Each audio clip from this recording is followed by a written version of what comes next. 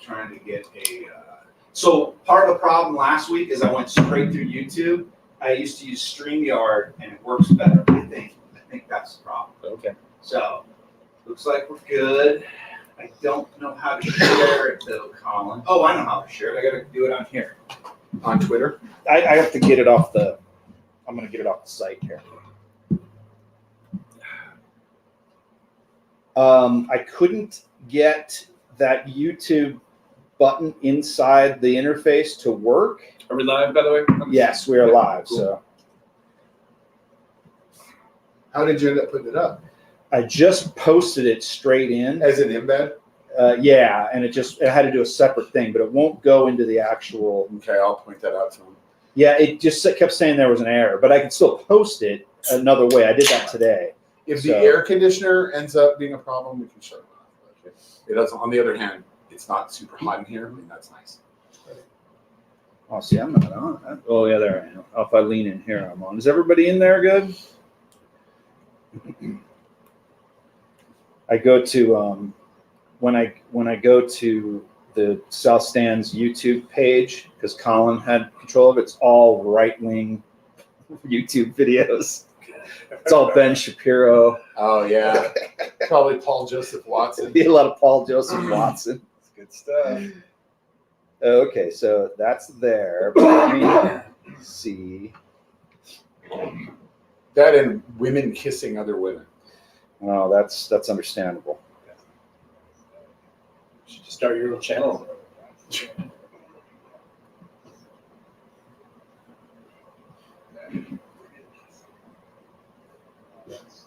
Oh, here, let me stop this. Check. Oh wait, yeah, are we back on that? Is that? Then we're good. Levels look good, right? Let's do one more time. Hello. Hello. Oh, now it's like real tiny. No, it's back. It's back. Never mind. Yep. Hello. I'm right. I wasn't on the mic, so. Oh, you know what? I have the volume down for the intro.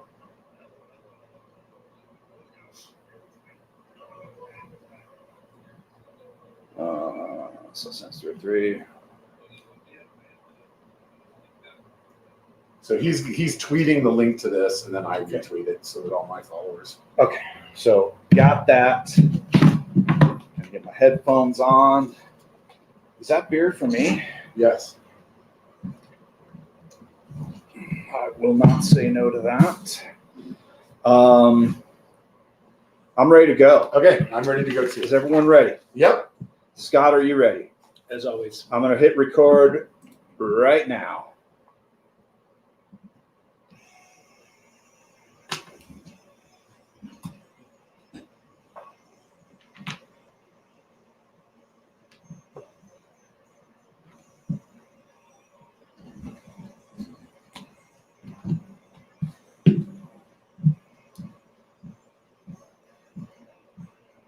Podcasting from the Sportique Studios, where my mic wasn't on. Let's start over. Yeah, I couldn't hear myself. I had it a little low. Why's your mic not on? I had it a little low. You turned way down. It was next. I will try it again. Okay, let me know when you're ready. Podcasting. Okay, you ready? I'm ready. Go.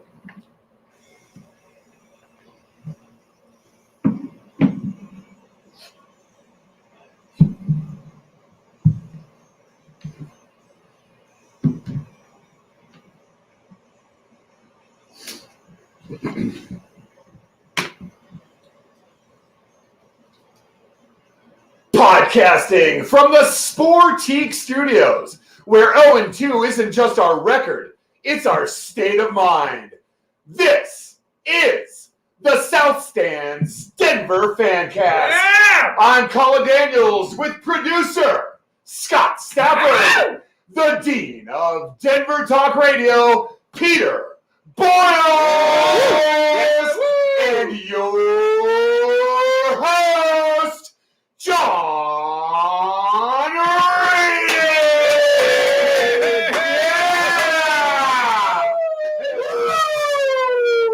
Wow. Yeah. Blew up those mics there. Yeah, we did. That's Yeah, really that's that's really fucking loud. Let's go! That's really loud, but that's all right. That's how we like to do it here on the South Stands Denver Fancast.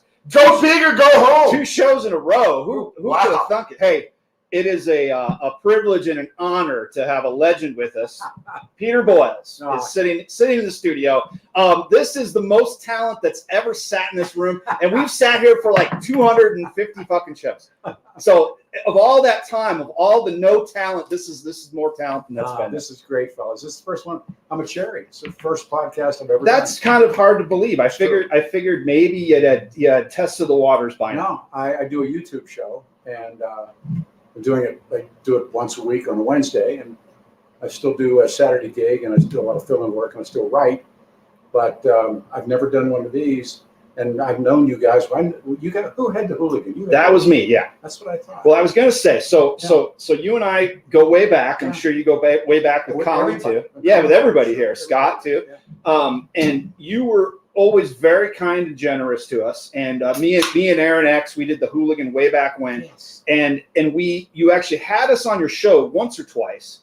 I know one time we rode our scooters down to like Morton's or one of those places downtown. Yeah, absolutely. And you were always very nice. And you even went so far as got us set up with we got to do like a Saturday, 2 hours on like KOA or something. Do you remember this? Of course I do. And it was probably garbage. So it was probably really bad. But it was awesome. And I want to thank you for that. You're always super nice to us. And I don't know how you came to us, how you saw us, but you saw something and thought you could give us a shot. But here we are. I remember the mag as being like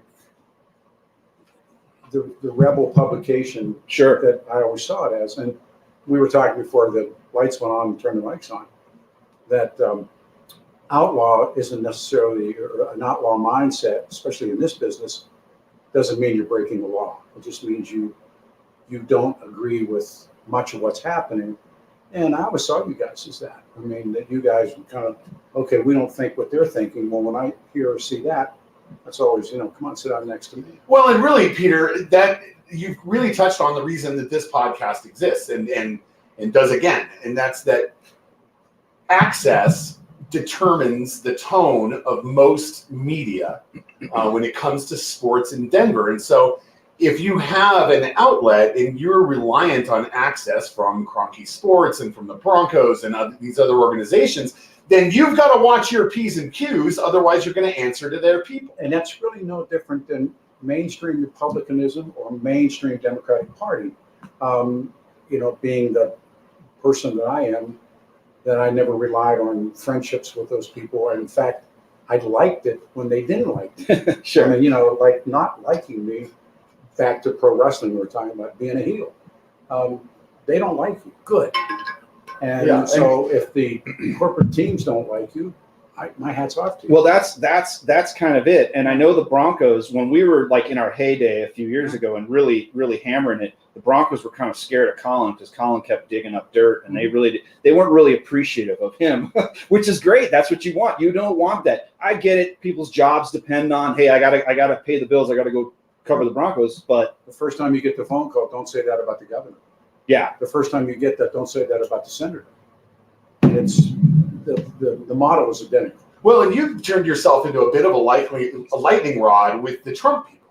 I know that they're not fond of you. No. Well, good. That's what you want. Yeah, well, that's my point. That's exactly what you want. Yeah. That's what you want. You don't want. I mean, Nietzsche said, "Don't tell me who likes you. Tell me who does not like you, and then I will know who you are." I can say, "Gee, my friend's in the business. Dave Logan is one of my closest friends. Joe Williams is a good friend. Even DMAC, who just got hacked. DMAC's a friend. Those guys. But there are other people that don't like me and don't like my work. Now you know who I am." Exactly. And I think coming back to you giving us a chance to be on the radio, and we had like the Partridge Family Temple on, and it was a big shit show. Yeah. It was a total shit show. We were probably terrible. After that, we got in with Scott. Scott was doing internet radio, and we started doing that. And then slowly, I thought, I think we know how to do this, and then we ended up here. But I think the main thing is that's how much it's changed. That back then when we did the thing on KOA, it was like nobody was like, no, this is horrible. We're not going to go with this. But like that was basically what a podcast is now, essentially. And it's kind of like it took that long for finally people to be able to do that on their own. It's become clear to me that this is cutting edge. Where you guys are, and I've been invited to do another show. Interestingly enough, today I'm getting ready to come down and meet you guys, and I got a phone call. Would you do a podcast? My boss has been saying podcast. So for the last couple of weeks, I'm a huge Rogan fan. I think Joe Rogan does a great job. But there's like everything else, there's a lot of this out there, but there's a lot of really good out there. And so I think what you guys are doing here clearly is the cutting edge. It's the future of what's going to happen. And it is that the future for a guy like DMAC. And I'm glad you touched on that. It wasn't just him. It was Orlando Franklin, also Nate Jackson and Chad Brown. All of them were eliminated on Monday, as you know. And I had a conversation this morning with the program director there, who is a friend of mine, Raj Sharon, trying to give some perspective as to why these things happen. But it's ironic because you and I were having a conversation on Saturday about Stephen Tubbs leaving, and he wanted to leave before he got chopped. And that's what he's telling his listeners is, listen, this is a brutal business. I wanted to make sure I was a step ahead of it. I didn't want to be chopped. I wanted to leave on my own volition. He's going to do the YouTube show with me tomorrow morning at 10. He's actually texting me right now, telling me where I was.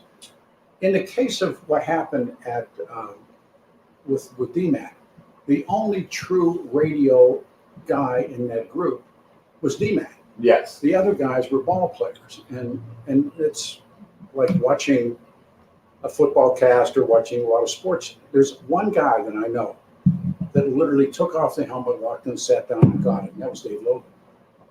Dave Logan, Irv Brown was Dave's mentor, and Dave will tell you this. Dave was going to be like studying to sell insurance or something, and he had literally just removed his helmet, and he gets this phone call from Irv Brown, who was the godfather for a lot of people, and said, Absolutely. "Get down here."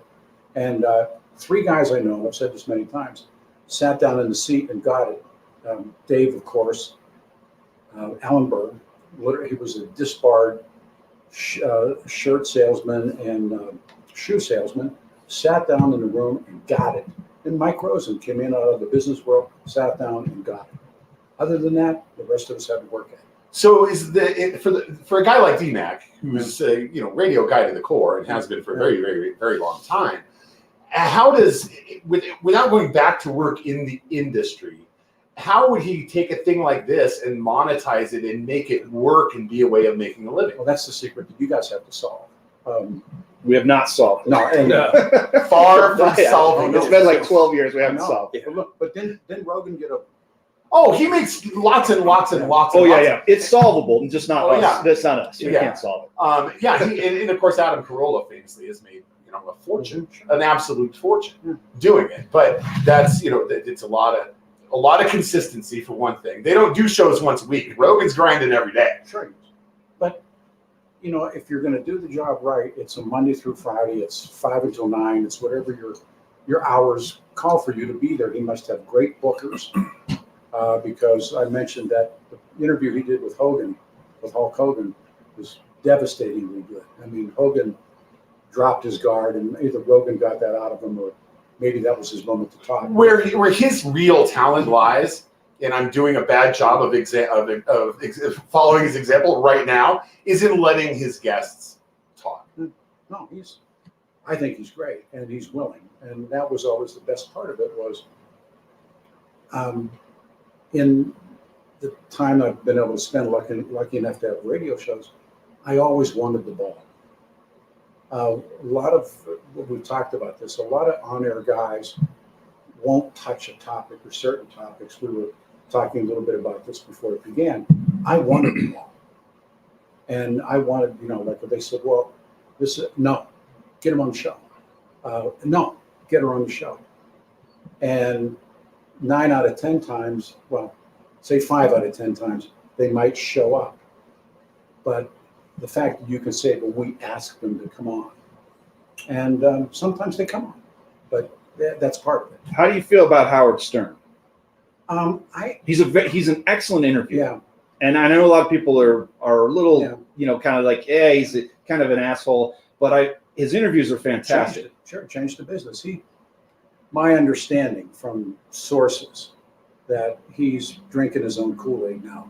Mm. And the COVID thing, he went in the house and didn't come out, and Yeah, he did. He it just stayed in there. became bizarre. But early on, I mean, there are these guys that show up. Limbaugh, in particular, Rush Limbaugh. Everybody that has a mic in front of them across this country owes a tip of the hat to Rush Limbaugh. He changed the business. And I got to do some work with Imus during the ransoms, and became like sure-tail friends, call on the phone friends. Imus was a brilliant guy, but they hacked him. Stern, he went up on the bird. Smartest thing he could have ever done was go on the satellite. Now they can't come after him.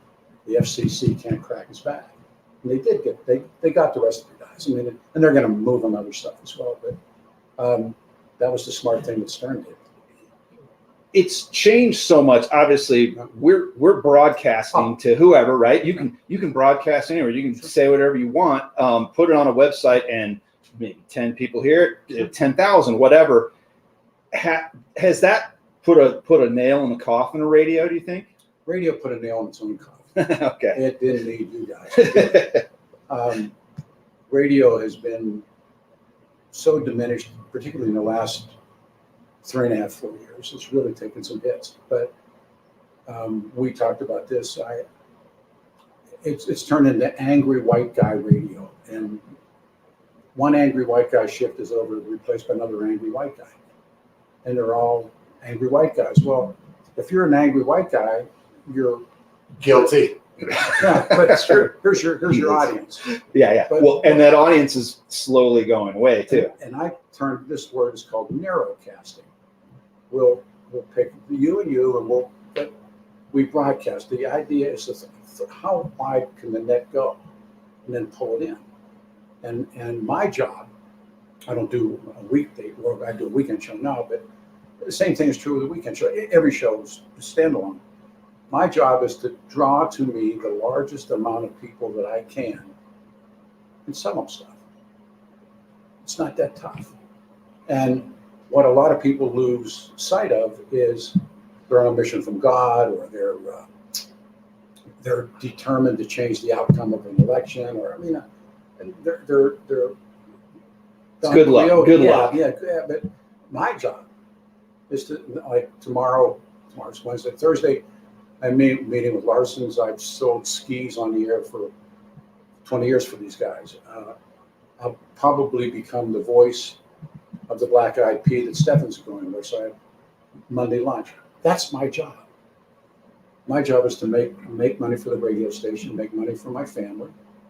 And a quick story. We're talking about pro wrestling, and one of the highlights of my life was getting to work in pro wrestling. True story. First time the guys ever take me on the road. And I'd done Denver a couple times, and they said, come on. We did Casper, Wyoming, and we did Cheyenne, and we did Denver, and then we would do the Springs, Pueblo, Albuquerque, and I'd get off the tour and come back. So first night I've ever been at, Wednesday night, we're in Casper, and they don't have enough cops, and they don't call you a fan, they call you a mark. Because you're marking that's a Carney thing. Sure. The marking. Yeah. And there was a bunch of people there that had too much to drink, stone marks, and they had what's called a screw job ending. And a screw job ending is when the heels beat the baby faces. So we had, big brawl, and there's not enough cops and no security. My tuxedo got ripped, I got punched. So we're walking, where those church, we used to call them the church vans. They were like, put 28 people in this big Ford van. Yeah. So we had one. Well, the guys they always wanted to get high and drink. So I'm going to drive. And so we're walking across the parking lot. It's like 2:30 in the morning, finally we get out of there. And I'm carrying a tux, and I'm just happy. And I'm with Bobby Heenan, who was Bobby the Yeah, Brain. yeah. such a gift remember to him, yeah. my life. He was just, he had such an influence in my life. And I said, Brain, I said, what a great fucking night. Turns me around the parking lot. He takes me by the shoulders. And he was as big as Colin. He was a big man. He just was a little guy compared to giant guys. Turns me around by the shoulders. He goes, did you get paid? And that's the night I understood the business. Ah, yes. Did you get? I don't give a shit about you getting punched or you got the tux ripped. Did you get paid? Yeah, Did you a good night is only taking you so far, right? It doesn't pay the rent. Did you get paid? Because he said, and he taught me a lot of good lessons. He would say to me, don't ever ask another guy what he's making because he gets to ask you what you're making. And you're going to get pissed off at him or he's going to get pissed off at you. Never talk money with people. I mean, he had one rule after another rule that, and he taught them to me I was doing radio, but I hadn't blossomed into what it turned into, but I listened to those guys. So how big were these events? Were they like? Oh, they were huge. I mean, I didn't get to the WWE. I worked indirectly for Vern Gagne, and we did, So like 4,000 or 5,000 people? Or was it yeah, that big? you get a big night, yeah. And A few years ago, there's an independent pro wrestling. oh, I know the thing. guys. Yeah, and they do it they did it at the Jefferson County I Fairgrounds. know Matt real well. And I took my son there, and I'm telling you, It's it was so much fun. Yeah. And what was so fun about these little indie places is you as an audience member, you're part of the show. Oh, I mean, like you know it's fake, right? I mean, from that What? standpoint. And well, all right, Yeah. stating some obvious things here, but you pick a side and you're cheering, and like you unconsciously become part of the show, and it's so fun. the final part of that was that you learn from and we've all jocked and been disc jockeys. Well, one of my jobs was if it wasn't because we always had a sellout. If we weren't sold out, I got to know the jocks, and I'd call a guy and say, "I'll give you 20 pairs of tickets to give away on the air." You know the drill. And so we get free plugs, we give away the tickets, and so the headliners, the guys who were putting the asses in the seats, they had a hunk of the action. So my job after it was over was to, because they were good, and I'd go to the bar and meet everybody and say, "What was the number?" 5,023. First question, how much of that was paper? How much was it bullshit? How much of it's real money? Sure. And they embedded that in me. Like, we're not here, we're here to make money. We do 4 quarters, Good. like a football game. But we're gonna go long. We're gonna go a little longer because you're here, and we're gonna make sure that we get your time. Well, I have a question for him real quick. If you can give Take your time. No, I'm good. I'm Go going ahead. with you. Sure. Okay. Well, I'm just gonna say we've done this. We've gotten some like free fantasy football subscriptions. It's kind of just because we like doing it. We like being around each other. We have day jobs. Is that okay too, though? Sure. Is that okay too that you do something and you don't get? Obviously, that's your job. You want to get you have your job. You want to get paid for that. We all know that well. But when you do something like this, it's almost like a glorified hobby. But it's like you're talking about Matt's pro wrestling league that he has out of Jeffco and Abbott. 99% of those men and women wrestling. Yeah, I knew the guy who worked in the industry Because they love it. They love doing it. Yeah. They got a day job. Yep. It's like Sultans of Swing. Like roller derby girls. Yeah. Like, Bingo. like your daughter. Same. Bingo. They're not Bingo. making loads of money. No. Remember the Sultans of Swing? I forget his name. He's got a daytime job and he's doing it well. Come on, what's his name? Dire Straits. But I can't think of his But name. he's got a job. Yeah. He's playing with the Sultans. Yeah. But no, I mean, I get that. And there's guys that buy time. Yeah. And they think that they're radio guys. Sure. Well, that's what Herb Brown was doing in the end. Was buying time at Mile High Sports. They were Brokered. brokered. Yeah, but nobody. That guy could sell ice to an Eskimo. I mean, I ate at so many places because he told me to. I can't tell you what. Hacienda, Colorado, Brewery Bar. Oh, absolutely. I can't tell you what a wonderful, wonderful man, and what a funeral. They had a public funeral and a private funeral, and they won't come along with Irv again for a long, long time. Absolutely. He was awesome. Let's take a quick break. We'll get into the second quarter. Colin will have some more things to say, I think. So we'll be right back. But that's really what I learned, that it's about money. It's not about, and once guys forgot that money was what it was about, nobody knew it was about money. Yeah. And I think when he died, I think his net worth was, when the homes in Florida and the places in New York and the money in the bank, it's staggering. Yeah. Stern makes big. Stern makes really big money. Wasn't Rogan's deal like 10 million or something? It was pretty good. With Spotify. Yeah. It's a lot. Yeah. Do you remember what Stern said after Columbine?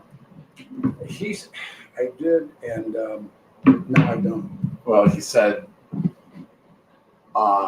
basically that the shooters should have taken time to rape some of those girls before they tried to. He didn't say that. Yes, he did. He was talking about somebody being hot running out of the building. No, he said No, that. he did say something. He said something about Yeah. like that was some perfectly good rape and they passed up or something like that. That was before the witch hunters really went to work and put guys out of the jobs and knock guys off the air. In some ways, DMAC may be a victim of that, but I don't know yet. You can't. It is weird that they got rid of the one radio guy.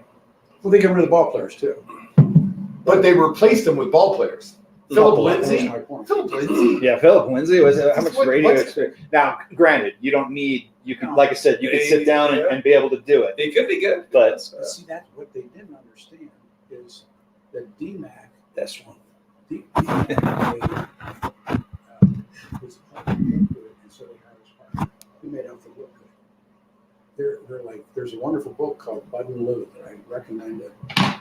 And it's what happened to Lewis and Florlax, and what happened to me and Bob. It happens to why teams work and why teams don't work. And he uses Bud Avalou Costello. He uses the Stooges. God, who else? Dean and Jerry. But why Dean and Jerry and Abbott Costello failed, and why the Stooges worked.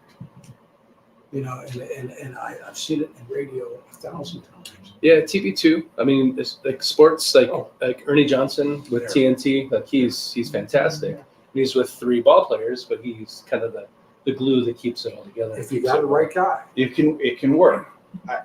It's great having ball players there. But you know what? Like people always like, I want to interview these athletes. Like we've never wanted to interview athletes because they're just boring as hell. Well, we've had a few on, but they were Well, Tom Nalen. Tom Tom Nalen. Nalen wasn't Tom born. Nalen. That was great. He's interesting. Yeah. So Yeah. you got to read. Are you doing a Well, I'm read? doing questions. You're doing questions. Sorry, that's what I meant. They're never going to say. Are you guys? No, you're good. Are you guys? You want to get back into it, or does anyone need to take a break?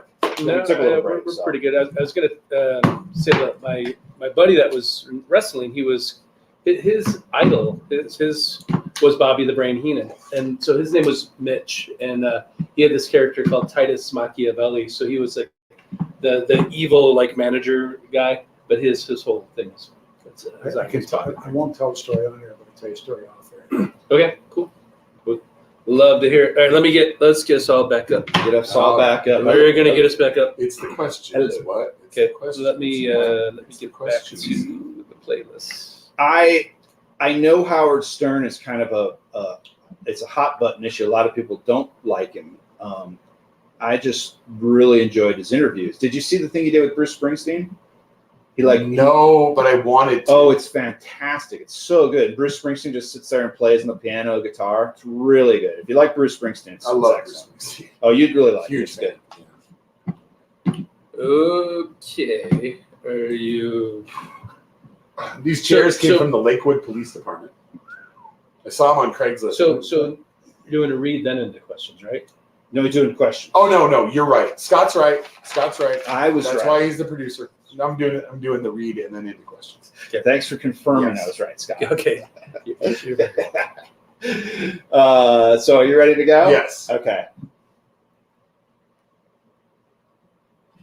The return of the South Stands Denver Fancast is fueled by Cochino Taco, with locations in Old Town Arvada, Edgewater Marketplace, and on South Downing Street in Inglewood. Featuring mouth-watering Mexico City-style tacos, unbelievable appetizers, burritos, enchiladas, and the famous queso burger topped with American cheese, poblano chilies, jalapeno crema, fried jalapenos, and delectable melty queso. But let's not forget the best margaritas in town and a happy hour from 11 to 6 every single day. Tell them the South Stand sent you and ask for your crunchy beef tacos, Shaggy style. You'll thank us.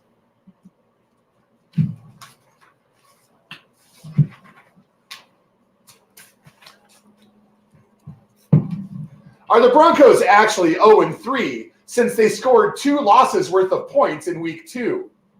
Why does that defensive coordinator who allowed Sam Howell to hang 35 points on the Broncos look so damn familiar?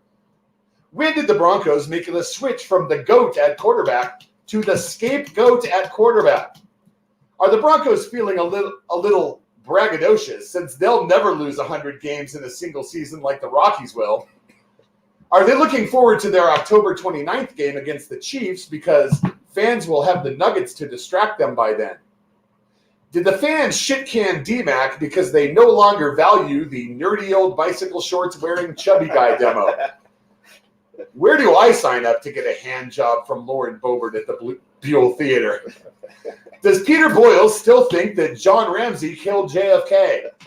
Or was it Vagina Jet? You have questions. We have answers. SouthStandsDenver.com, Colorado's finest internet sports talk since 1971.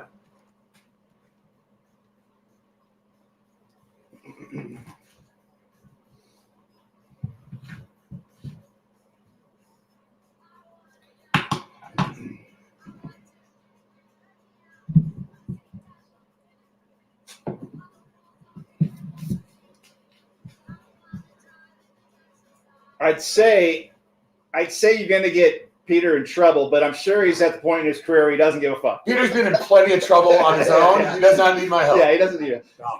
Colin's gotten a lot of people in trouble. Well, okay, I got D-Mac in trouble. You got D-Mac I did get D-Mac in trouble, for We real. we got D-Mac to get going, and he said a few things, and then he was kind of like, hey, can you guys edit that out? And we usually would never edit anything out. And he was like, I got a panic phone call on a Monday from D-Mac because we were talking about Les Shapiro, and rest in peace, Les. And he said some stuff about Les. Honest things. Honest things from the heart. Yeah. And I got a I was at the grocery store and I got a panic call from D-Mac. He's like, listen, man, I need a favor. but I had the file, so he had to tell me, and I had to go home and do it, find it, and edit it out. So And then we all got blocked by Les on Twitter. yeah, definitely, that for sure happened. It all happened. But I like pissing people off. It's fucking fun, right? It's the best. Always is. Yeah, Nobody knows better than this I know, guy. he's the king of it. So we're following your footsteps. That's when coming back to the hooligan. One of the things that really kind of blasted things off. You remember Bill Husted? Of course. Yeah, and I wrote this unflattering thing about him being a blowhard. I remember that. and he actually put in the Rocky Mountain News about our thing, our small crappy publication. When people come after you, it depends on who it is that's coming after you. And you always piss up. You never piss down. Absolutely. And so the idea is for Senator Fogbreath or Governor fill in the blank to get assed up at you enough that their press secretary calls, or now we're playing big ball. But for somebody that puts a remark in a paper or something, just drive by. Don't stop. I'm going to let you get yourself in trouble again because I have one question for you that I've wanted to ask you, and I've been saving it up for this opportunity because I could have asked you privately. No, Who killed John Benet Ramsey? her mother. Wow. Whoa! Hello. Holy shit. Oh yeah, sure. I mean, that's not a whodunit. Well, it kind of feels like it's a whodunit. No. A little bit. Matter of fact, No, why? Why? What was her motivation? mother's a rager. Her mother. I've heard this. This isn't like out of the blue. I've heard this. So was it like an accident, you think? Yeah. And The it was a murder cover-up after weapon's that? the flashlight that was on the counter, and when the Boulder police blew it, but it's beyond scope. Does John know? Sure. Interesting. Well, I guess it's a satisfactory It answer. doesn't matter now because Well, She's 6 feet under. Here's something that happened in the aftermath. Remember, the DA's Alex Hunter, and he held a grand jury, and the grand jurors heard. We'll never know what the grand jurors heard, but one of the grand jurors finally does break kayfabe, does break the silence, and comes out and says, "We wanted to indict them both the mother and the father." This is when Paula Woodward's trying to write one of those bullshit books about how John's an innocent man, which he isn't. That stopped all of that. And this, whoever the grand juror was, and I don't know, said, "We wanted to indict both John and Patsy." Patsy was still alive. And Alex Hunter wouldn't pull the pin. And so I was doing some writing for Bill Owens, and because I thought Bill was pretty brave on this one. And we're in the governor, and because we're in the mansion, but there's a boardroom off the governor's office. It's 5 times the length of this table. And Bill Owens, to his credit, he had everybody in that room: FBI, CIB, local DAs, local chiefs of police, everybody, and he's in the room. And he said, "By a show of hands, how many of you believe that Patsy killed a little girl?" Every hand went up. And these were DAs, these were investigators, these were murder dicks, they were the guys. And so, did they get away with it? I was doing a TV show the night after, and they said, saying to me, they said, "You some kind of radio know-it-all. What do you want to know about this case that you don't know?" It was with Larry King, who was very pro Ramsey. And I said, "I'd like to know what Patsy Ramsey's dreams are like." Yeah. And Larry King got all assed up. And, but I want to know, what does Patsy dream? Because every night the devil has to come and dance in Patsy's dreams. She knows what she did. Jeez, Colin, you really asked a good one there. That's a whole other thing. Sports! Yeah, sports. When we were talking about pissing people off, and who are you going to piss off about that now? That's so long ago. But most of the people listening don't even know who John Benet Ramsey is. They do actually. I mean, it's one of those like OJ. Yeah, it's always going to be. It's always going to be in the zeitgeist. Yeah, the zeitgeist. Yeah, so, talking about pissing people off, and we were talking about like the Broncos. So D-Max, great example. Like, he'd tell it like it is, and he'd say some things if they were crappy. I'm sure he'd get that phone call if From they thought Patrick Smythe. Yeah, he probably got a lot of them. But that's different. So if you piss off the governor, right? The governor can pitch a fit, but like if he tries to keep you away from something he's doing, that's even worse, right? But I never got invited anyhow. Sure, but I'm just saying, if like a Denver Post reporter brought something up and they pitched a fit about it, if they barred them, it would be worse, right? The best example I can give you is one of our best worst was Denver Players and Sugar. Oh, yeah, this is good stuff. And there was a prostitution ring, and there are 4 locations to serve you. And hold on, let me get my notes. and the guy, they had Michael Hancock in their I got that client story. roles. I was bootlegged the call sheet, and Channel 7 covered that fucking story up, the Post, and so did the Post. So did Channel 9. Until after the motherfucker was elected. No, well, even then. I mean, because he jammed up again with a policewoman, but that list of who was on that list, and it was the interesting thing that happened to me, is the guy who actually had sold Players and Sugar, but had created Players and Sugar, who doesn't even live in the U.S. anymore. And I get a phone call, and they said, be on the corner, and it was on Grant Street, and I don't know, I forget what street. They said, at like 4 o'clock, and there'll be a tall blonde woman, put her in your car. It's some James Bond bullshit. And she was there, and she took me to meet the guy. And he was wearing the Irish Rolex, and he was sitting in his house, and I never got to see the list. I never got to see, but I would talk to him, and I would mention, I'd come up with a name, and he would say, he said, I would not be surprised if that name were there.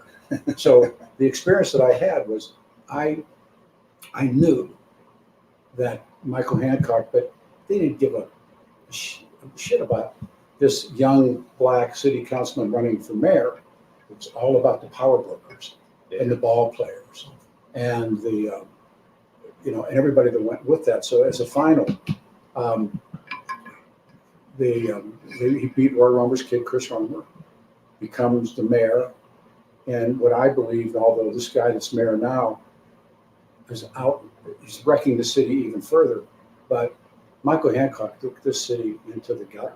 Yeah. Oh, Yeah, no argument. Oh, yeah, no argument. And we had him. I mean, we had him dead bang, and we called his phone. We got bootlegged the sheet, and I still have the sheet, and it said Michael's City, and everything else was all blacked out, and a phone number on it. It was a cell phone number. We called it live on the air. Hi, this is Mike. Leave a message. And I met one of the prostitutes, and her name was Summers, what she called herself. And and they put pictures, and they said, pick up. And they all picked him. But he was, what did they say in The Godfather? He was small potatoes. The big guys were on the line at the post. I believe this, and I don't know this. Channel 9, Channel 7. Saying, don't you dare. And then they came to me, and So Hancock blocked me on Twitter, this is years ago, because I mentioned Denver players in a tweet. And 9 News did a story about, because Donald Trump was blocking people. And so they wanted to know who has been blocked by local politicians. And so I said, hey, 9 News, Michael Hancock blocked me because I mentioned his prostitution scandal. And so they came and interviewed me right here in this room. I think it was Zelniker, Mitch. Anyway, Jelniker. So that's out there. That's on YouTube, where they interviewed me about being blocked by Michael Hancock because I couldn't help but point out his prostitution scandal. Well, hold on. You wouldn't, just doing that, you wouldn't fear for your life. Did you fear for your life if you were poking around on that? No, because, in everything we went through the Allenberg murders. Mm-hmm. My best friend I ever had in the business, and maybe best friend I ever had, was murdered.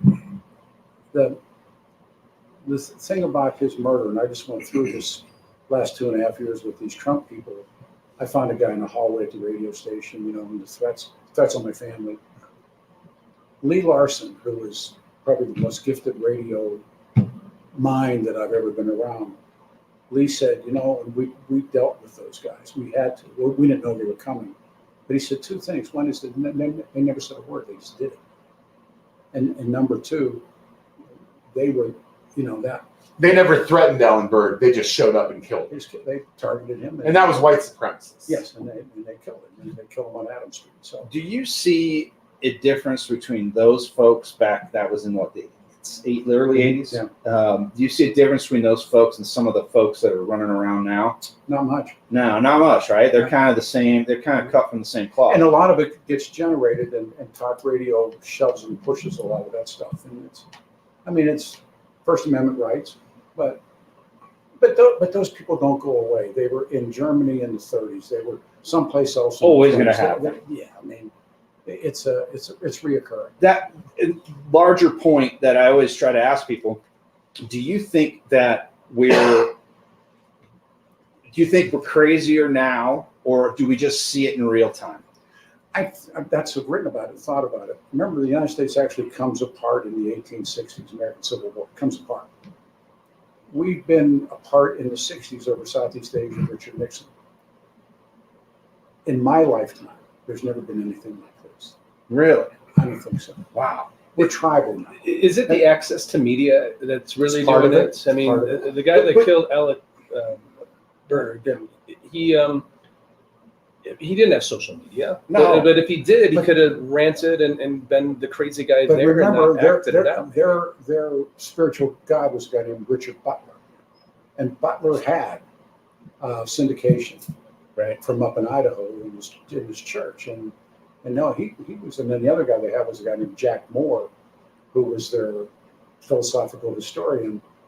And they had access. But everyone has a voice now. And you can instantaneously put it on social media. And that's what I mean. It's we see it happen in real time. People can just comment on it right away, and it almost like it accelerates the madness. Very much so. I think, like you said, there's always been weird fascists and Nazis, but it's like it's in your face 24/7. Here's a better question that I'm going to use on the air one of these days. If the media never talked about coronavirus, would we have known that there was a sickness in our country or in the world? I think so. I mean, a lot of people I die. think enough people died, maybe. Don't know. Yeah. But would the country, and I don't have an answer for it, it's just a question. Yeah. Would we have reacted, closing schools and done all the things that? Oh, I definitely think that it played a role in forcing an overreaction. And I think when we look back on it, and COVID was real. Sure. But when we look back at it, I think we can pick out a lot of mistakes we made.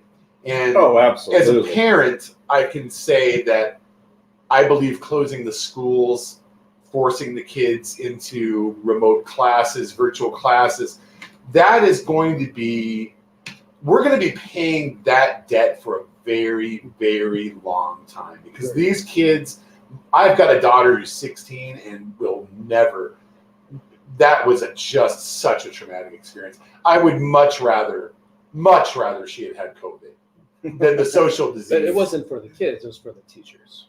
I mean, that really was the reason why they did it, to protect the teachers. Was it an overreaction? Yeah, we could objectively but it was look at all it very and it new, was. and I think And we didn't know. if it happened again, things would be a lot different. They would be For like, sure. because you could be like, hey, look, I'm gonna take my chance. I'm gonna go out to the Hey. bar. I'm gonna wear a mask. They can wear a mask. We have Whatever. COVID outbreaks now. Oh yeah, it's still Do- going do- on. Oh yeah, it's my all- brother is sitting home right now after being hospitalized for 3 days. Oh god, yeah, it's terrible. Nasty case of COVID. I mean, it's bad. Well, going back to the original point, and we've probably got, if we're doing about 20-minute quarters, Okay, it's probably good. So I just think that now, if everything, from politics to things like COVID to sports, the reaction, like a guy, like they'll have a guy like do something in a game, like as a pitcher, he'll be pitching a no-hitter. People will have already gone back into his Twitter timeline and they'll find racist tweets, and then it's all, by the time he's done with the no-hitter, all of his racist tweets are up on the thing, and it's like that's that fast. Well, that's witch hunting, and that's It's crazy, but it's just like a madness that people have. I need to do this. I need to do this. I'm like, okay, maybe the guy's an asshole. Maybe he was 14 when he said it. Who knows? It's at the speed of light. We've always done that, though. We've always knocked people down from their pedestals. Yeah, and now we do it so fast. Now we do it in real time. a lot to, yeah, it's very true. It's crazy. Colin's had a lot of interaction with people on Twitter. I have. It's been less lately, but It has been less. You've been very good. Back in the day when we were doing this a lot, we'd sit here, have a few beers, and I think Colin would have a few more, and then he'd get home, and we'd post the show, and then he'd be on there digging a hole. yeah, I did the same shit on Facebook too. Believe me, it's taken years to recover. But now it comes from, and I just got done talking about this. Monday, when I had the Monday through Friday show, I called it the wall of hate, as a text messaging, and now you can send things to people, and you don't have to put your name on it. No. And so I had an incident after I had a blow up with there was Trump's attorney. I believe that I was probably set up for this, but it doesn't, so be it. But he hung up on me. And, While on air. Yeah. Okay. And it began. And I won't tell you what happened, but I got one threat that I said, this is serious. And Steve Reams, who's the sheriff of Weld County, I got tons of, but I went to Steve, and the idiotic guy, leaves his phone number on the bottom of the threat. And Steve's such a good guy. We ride motorcycles together, and I hope he watches this. So Steve said, let me go to work, so when I call this guy, it'll say Weld County Sheriff's Department. The guy was living in Oklahoma City, streaming the show. And there's a little bit of follow-up. We found guys in the hallway. I heard from people that were like just friends of mine who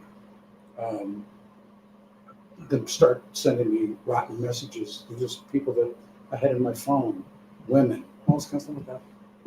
And now it's proven. Now this guy's under indictment in Georgia. He's been indicted. He's losing his law license in California. And no one called me up once and said, hey, Pete. You were right. Oh, Yeah. I'm sorry. I haven't heard the I'm sorry. that is always going to be the case. Yeah. So you want to get into the halftime? We're in the halftime already. We can just Let's do it. trust me. We can go all night. It's halftime, so we're still gonna win, right? Yeah. Oh yeah. We're up 21-3. Yeah! Yeah. Nothing could go wrong, right? Not to the Commanders. Yeah, that's awesome. Let's take a quick break and we'll get back and do some sports right after this.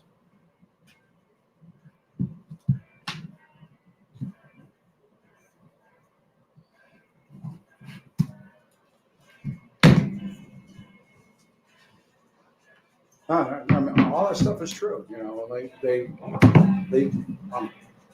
So I'll tell you the wrestling story. Can you?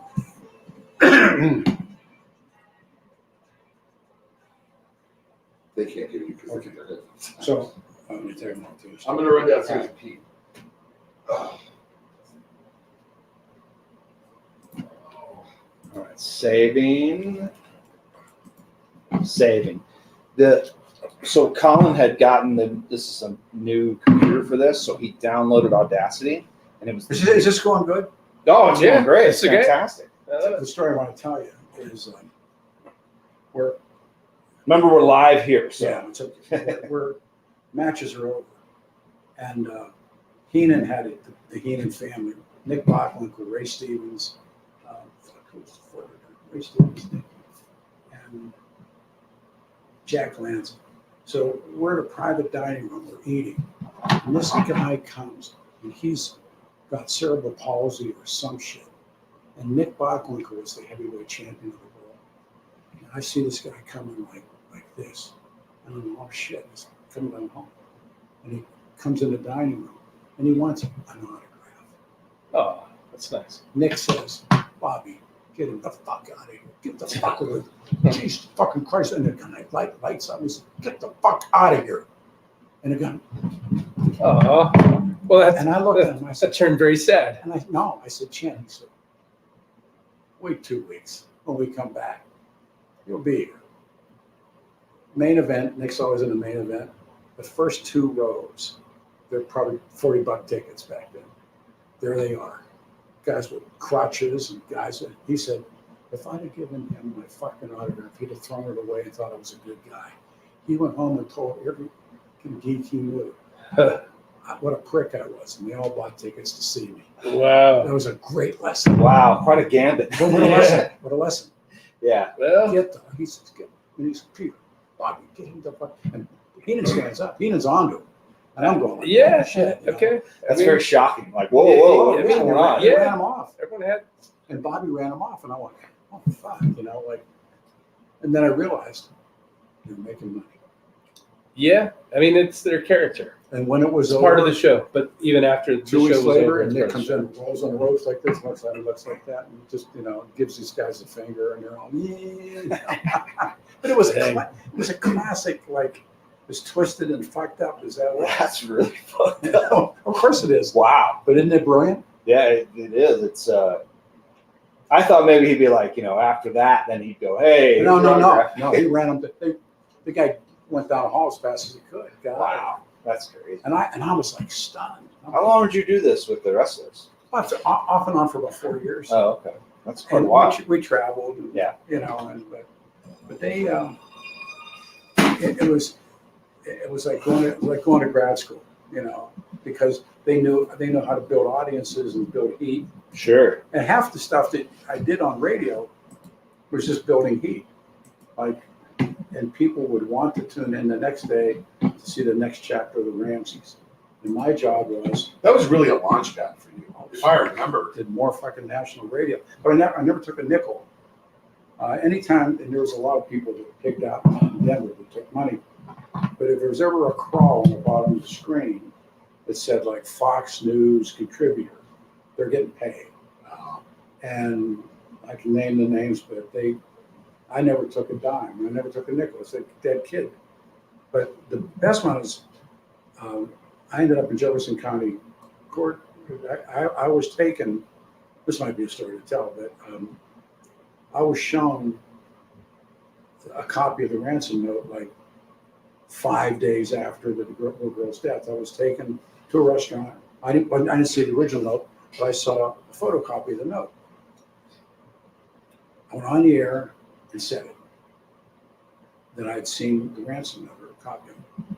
Show's over. We're on Lawrence Street. I think you worked on Lawrence Street. I think Say that again? I said you worked on Lawrence Street. Remember the Lawrence Street? Yeah. 14th and Lawrence. Yeah, Yes, so, that, yeah. so they called from the front desk and they said, Peter's people up and want to see you. And I go up and it's these guys from the National Enquirer, and they're all Cockneys and they're all Irish guys, and they're Fleet Street journalists from London who went to work. And I ended up there telling me stories about Princess Di and all this kind of shit. So one guy, I was married and takes me to dinner and takes Kathleen. We go to Rodney's in Cherry Creek. And he grabs my hand. He goes like this. He points to my classmate. He says, honey, do you like diamonds? And he said, I'll get you a diamond this fucking big if he gets me the note. Because they did what's called checkbook journalism. They would buy, pay. And so, and of course I didn't have the note, didn't see the note. Well, it turns out that they get a lead. They have this crazy fucking lawyer, and they get a lead that the ransom note is in the hands of a cryptologist in Evergreen who was a law enforcement guy. These assholes go knock on his door in the morning and say, can we buy the fucking note? Well, that blew it all up. And now, so this lawyer's defense was that they were showing the note around anyhow, me. So Schmucko, I end up in the courtroom like 3 times, and I said something that you might want to think about. I invoked the press shield. I said, I have a First Amendment, I'm in the press. And they argued and argued and argued whether or not talk radio had a press shield. It's something for you guys to think about. Yeah. And finally, the judge was a woman. And finally, after my 3rd time, I said, this guy threatened to throw me to jail. I'm like, come on, throw my ass in. Yeah. I want to go. That'll be good for you. Yeah, it'll be great for me. Yeah, Right. and I knew the sheriff. I said, it'll be like Capone, and they could put Capone and Cocani, hey. But they gave it to me. Okay, so we have this ridiculous song we play right now. I do a read. We're going to come back to this silly sports song, and then we're back into it. Okay.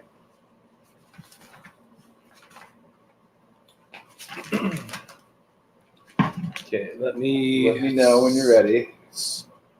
get our levels Sportique. back up. Sportique. There we go. Sportique. You're doing the read first, right? Yeah. Okay. And then into sports. Oh, excuse me. Let me set up the song Okay. here. Excuse me. Bless you. I know. I've got allergies. My allergies are Okay. going crazy too. Mess of a human these days. Okay. But you're gonna live. You're gonna live, though, right? I'm doing the best I can. Good. Thanks. Okay. You I'm ready. Are you ready? I gotta hit record. Are you guys ready? Yep. Yep. Yeah. Sportique is where scooters come from and has been for 25 years. And now, Sportique is also the place for e-bikes. E-bikes from Scootstar, genuine scooter company, and the Jackrabbit, the 20-mile-per-hour, 20-pound mini machine that fits comfortably in the trunk of your car. So, turn to Sportique for all of your scooter needs, parts, service, accessories, and apparel, and now e-bikes. Visit SportiqueScooters.com or their expansive showroom at 160 South Broadway in the shadow of downtown. Sportique, where scooters come from. Sports! Oh no, wrong song! Oh my god! Oh, you got the I wrong song. know. God, Oh, no, Missing Totally. sports. You know, I'm using my laptop. Here we go, sports! Come on! There you Here we go. go, sports! Yay! Woo! Sports! Woo! Yeah! Woo! Oh, yeah, 0-2, baby. Oh, it's feeling good. Here we go. It's the right song. We got it. We got this, Colin. Ready for it? 1, 2, 3, 4. Sports! Woo! Sports! Sports! It's a podcast about sports! Sports! Sports!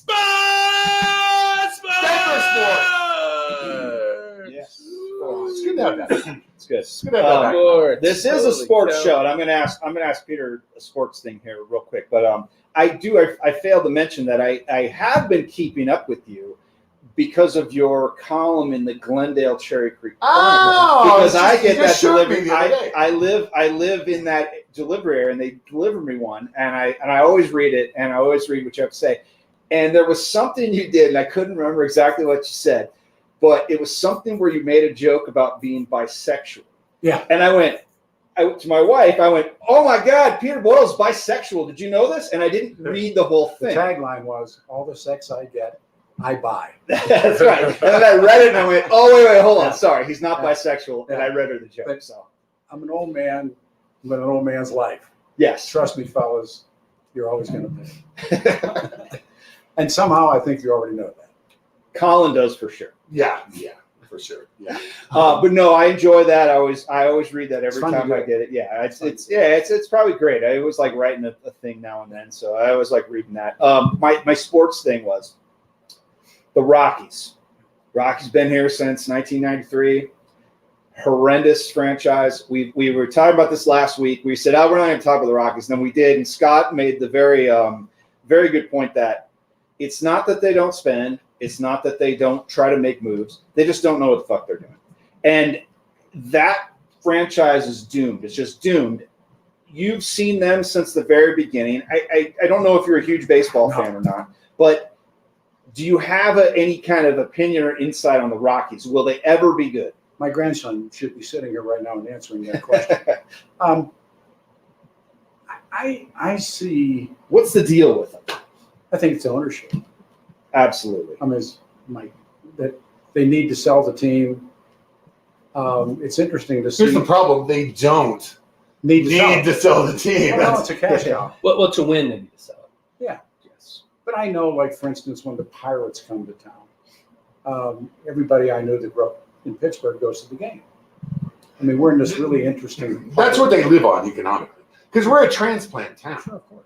Yeah, so when the Pirates come to town or the Cubs come to town, everybody fills the seats and they sell a ton of beer. And it's why bother, right? Why bother? Because the MLB is not going to take the team away from them. They fill But seats. the interesting thing, back to what we all do in radio, is it's ratings. And if they're not winning, there's no ratings.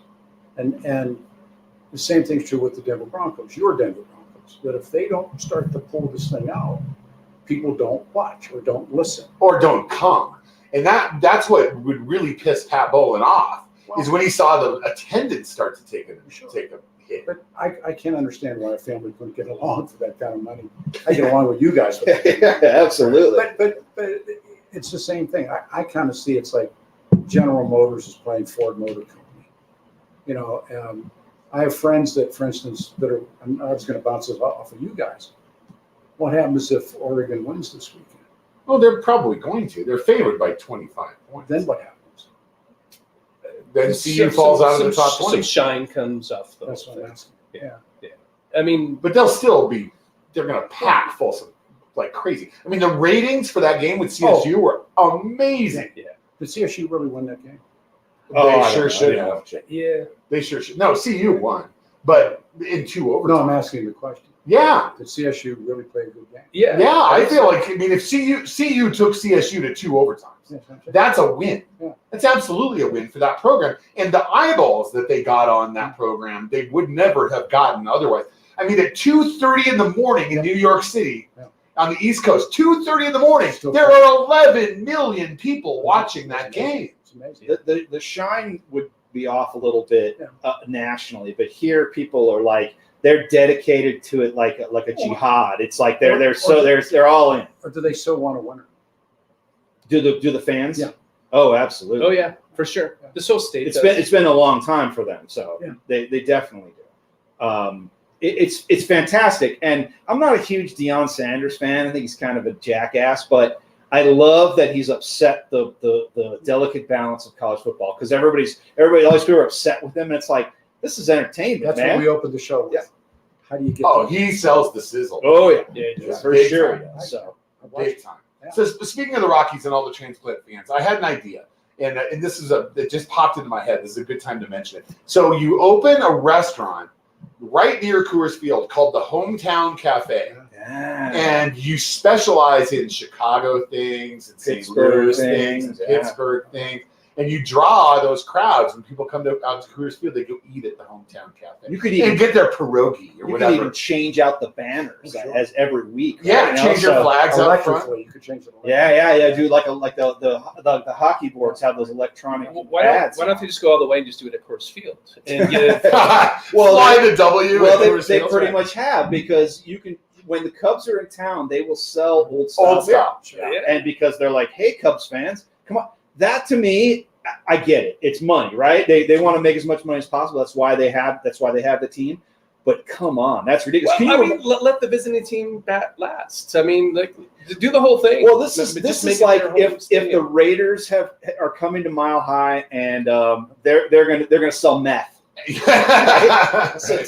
changed the south stands to the black hole. Some dead batteries. They would never do that, because that Because they have a brand. They have a they product. have a brand, and the Rockies don't have a brand. So I know a bunch of people that cover the Rockies. You probably do too still, and they just, I feel sorry for them that they have to cover this sorry ass team. But Did you ever get to meet Pat Bowlen? I played golf with him once. Did you really? Yeah. What about Elway? I like John immensely. I haven't seen him in a while. All my relationship with, and I'm not a sports guy, and it didn't matter to me. I like John Elway a lot. I witnessed one thing we talked about. It's when the cameras aren't on, when nobody's in the room. And KOA had the exclusive rights to the training, and we'd always do the K-How morning show on Cheyenne Frontier Days, and we'd always stop on the way up or on the way down. And I saw Elway after practice. He was all beat up and dirty and sweaty, and he rode in a golf cart. And these little kids came out. They had footballs, and he stopped and he signed the footballs. Nobody watching, and he talked to these little kids. Pat Bowlen, I was against building the stadium, and my boss Lee Larson, and a really wonderful man by the name of John Beek, who was general manager. And they said, "Do you play golf?" And I said, "No." And Lee said, "Yeah, you play golf." And I said, you will too. I play golf. We played at Cherry Hills Country Club, and I'm horrible. I mean, it's laughable when you think about it. But I walked 18 holes with Pat Bowlen, and I think he spoke to me twice. I thought he was a very shy guy. Very proud. I didn't think he was a bad guy at all. I thought he was very, very shy, but I thought he was very smart.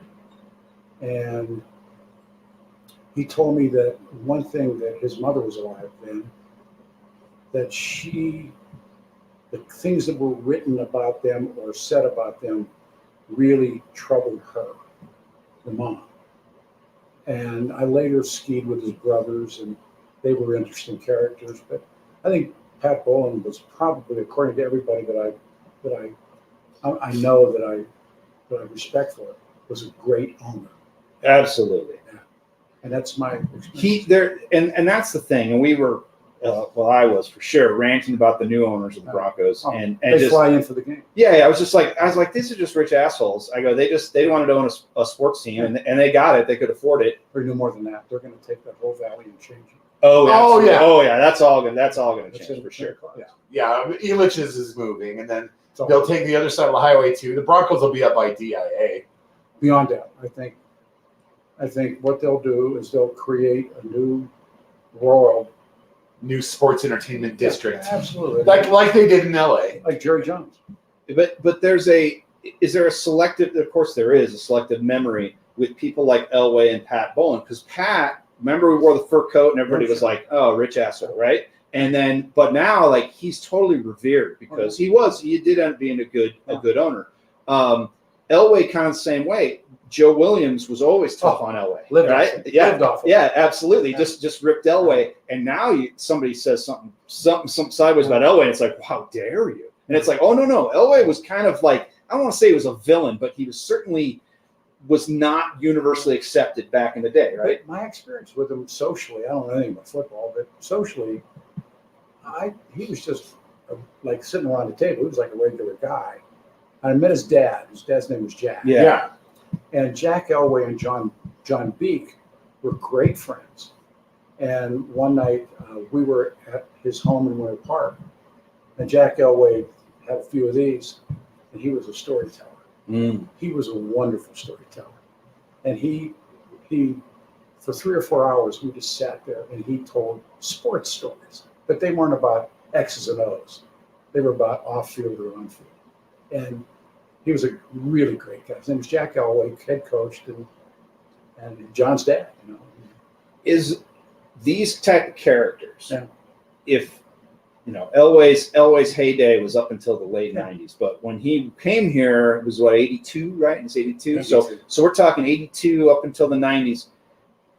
We're talking about social media being instantaneous.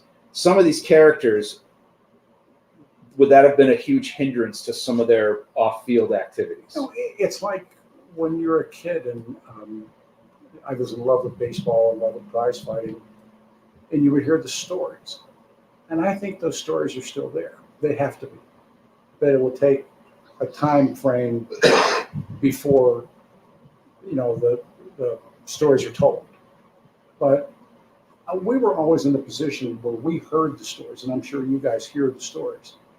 And there were guys that you liked, that you knew were Not great guys. and off the leash.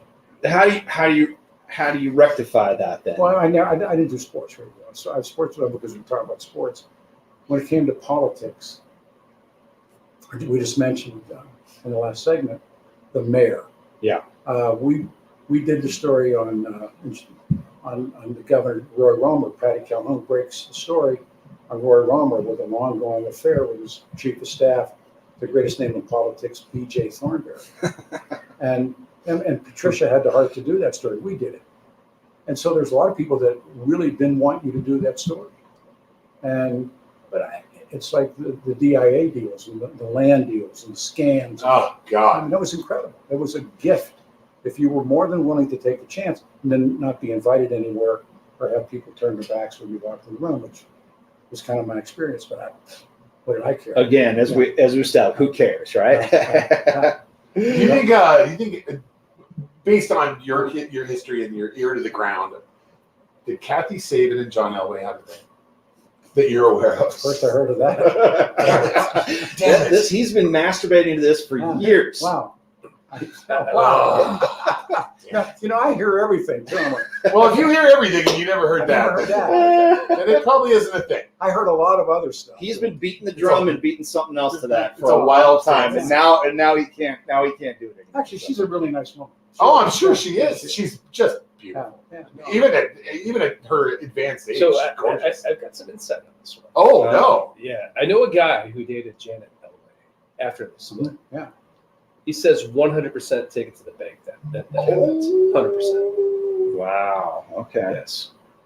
Wow. Colin, All right. back So, in business. you know, Back in business. I know a guy who knows the guy. This sounds like a Thing. deal on the street when Yeah. I'm growing up. I know a guy that knows a I guy. know a Yeah, guy, absolutely. but hey, he I don't know. Let's, He's very um, confident about all of these. It's pretty much time for the fourth quarter. Already? Well, yeah, we're gonna bring it home. We're gonna talk a little Broncos, but we're gonna try to pick our guest brain on some things. So Got to talk some Bobert, too. oh yeah, we gotta talk that. Oh. I gotta say, my mother-in-law went to see that show like 2 days later, and I was like, another incident gonna happen. So I was hoping it didn't go down. But yeah, let's talk about all that when we come back right after this.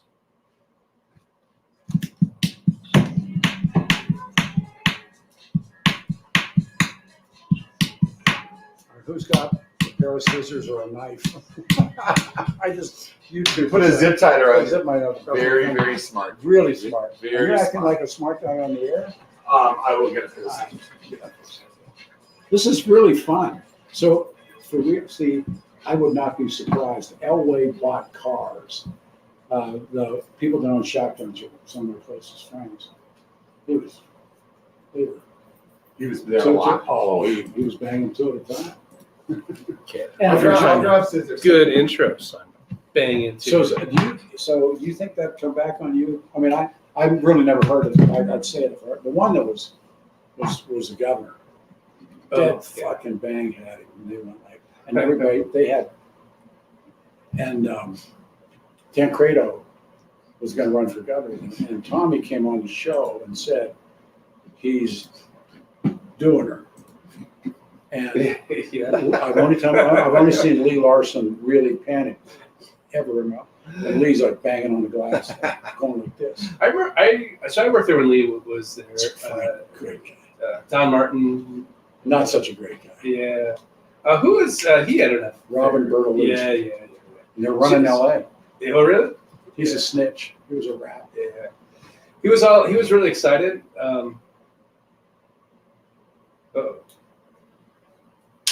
That's important to get off. When I was working at K-Big, we worked for the biggest fucking prick I've ever known in real life or radio life, a guy named Ron Jameson. And we could never figure out. I'm off. You're on. Yeah. Yeah, We got a YouTube, but I don't think. I don't think that. I don't know. Just you can say whatever you want. Just remember, remember DMAC got in a lot of trouble. Yeah. So. I understand. Yeah. No, that's the thing. There's plenty of assholes, and if they're fucking assholes, then no one's gonna be shocked. They're fair game. Yeah. Oh well, yeah. So. What Don really liked me because I was the guy. I don't know if you remember this or not, but I'm very proud of this moment of my time there because everything was on reel to reel. Remember, Rush was on tape. Oh yeah. So I forgot the name of Mike Rosen's board guy. He Dave Lauer. Yeah, came from Colorado Springs. Yeah, that's a good man. He dedicated his life to mine. So I was very much at that moment in time trying to running a tight board and playing all the carts, and that's when the big voice guy was it Alan Roach. Alan Roach. He just started at that point in time. He just came from San Francisco, and Kathy Walker was there, and so forth.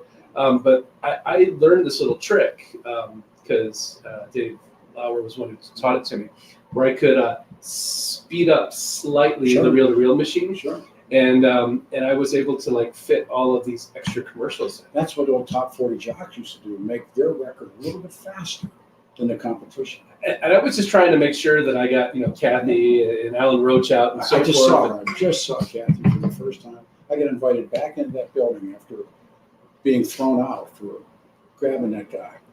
And they gave me, I was out for 10 years, and Martino turned 70. And I got a phone call, would you come back into the building? And for the first time in a decade. Now, that guy always seemed like a real asshole to me, Martino. But, there's a microphone. Yeah, I know. But I'll just say it because it doesn't matter to me. But the second the headphones came off, he's like, and I told him, I said, you knock on every boss's door, tell them you're inviting me back in. And my daughter said, they're setting you up because they're going to arrest you for assault that's 10 years ago. But everybody said, no, everybody that had fired me and fucking me over, It's gone. they had been fired. Yeah.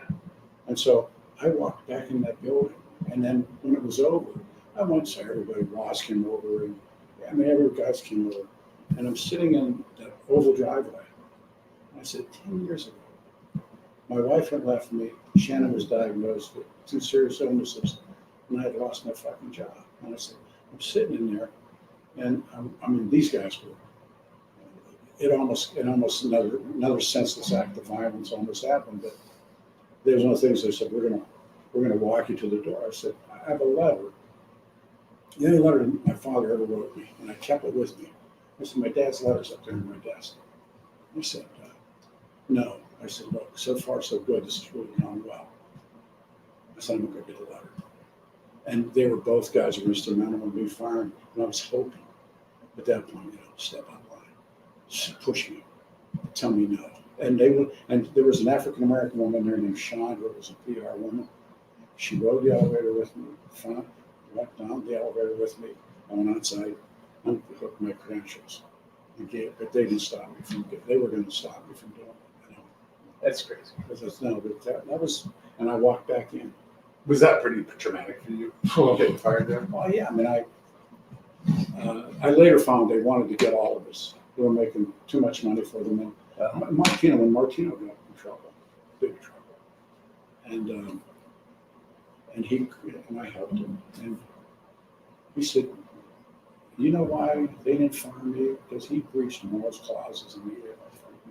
And I said, why? He said, because when they fired you, he said, they lost almost half of their revenue. He said, and he said, he was The other half. or the other third plus. Because remember, he was a broker. Tommy bought those hours. Oh. And he had the trouble, so he wrote them a check. Well, I didn't know that. Oh, no, he's a Yeah, broker shop. yeah. And all the troubleshooters downstairs and all that stuff. Yeah. He made. Sure. Yeah. He always had my back. My I had- chances are good with him. I had 2 consumer instances where customers called the troubleshooter on us back at the old location, and I remember that. he got us on the air and he got them on the air, and he sided with me both times. Yeah. Listen, he's, to a lot of other people, he's been what you say. To me, when he came out of jail, God, I met him, and he was shitting. He thought it was over, and the wolf survived. But one of the reasons that he did is he knew it was about the money and what they had done to me. And I had a job in 2 days. And that's what I talked about Darren. Don't sign anything. Don't, and Don't panic. Don't and do they tried anything. to enact a non-compete after firing me. And then Good luck with that. Well, no, I had to hire a lawyer. I had to go to war. Oh, because your contract probably had. No. My contract ran out, and that's why they waited. It was such a great. It doesn't hold water in the state of Colorado, regardless. They waited. They were so smart. They waited. They fished me. Contracts out. I didn't get vacation pay. After 23 years of doing mornings, I got nothing. I had. They gave me 90 days of insurance and my 401k. Get out. That was like, okay. Punch in the day. Well, but I got back, and that's when I kind of told Darren, okay, I can show you my text messaging to Darren. I told him, I said, I used to fight when I was a kid, and we fought for this guy named Stan Szymanski, who had fought under the title, he fought as a Polish Falcon. He was a welterweight. And Stanley always told us, every great champion goes down. The trick is getting back up. And I sent out to Darren, and I said, keep your chin tucked in, keep your jab going, hit him in the fucking head. I said, you'll get back. Oh. I think we can talk about him. Yeah, let's talk about him. If you want. Where's he at? You got him on the line? Yeah, let's get these people on. D-Mac. Oh. Yeah, I didn't want to jump on him right away. He doesn't want to ruin his next I want to give it a day He's or two. actually, I think he wanted to see his son play ball. Is where he went. He's been on twice, right? Wasn't he on twice? He was on with Cecil Cecil, yep, and once by himself. once by himself. No, he wanted, his son plays college ball someplace.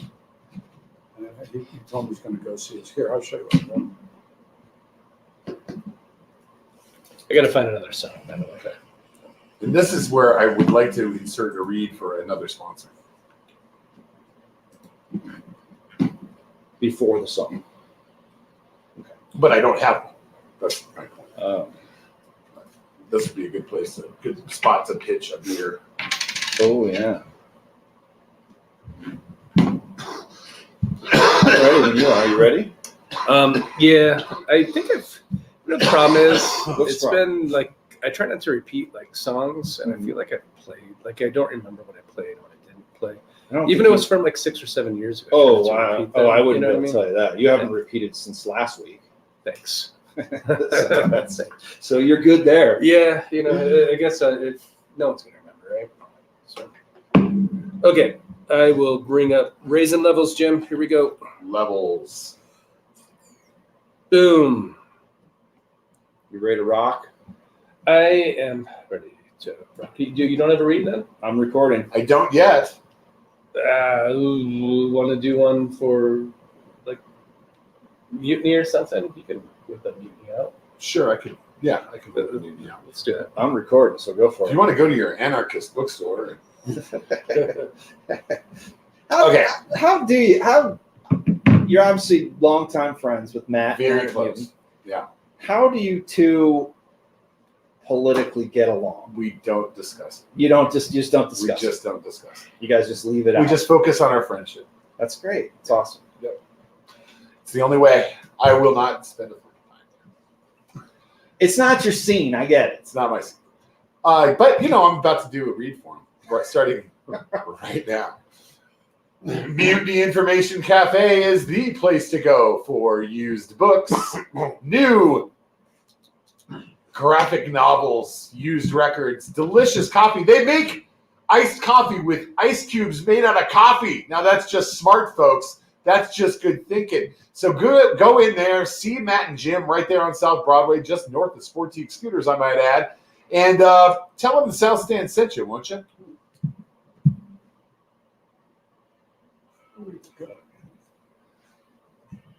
All right.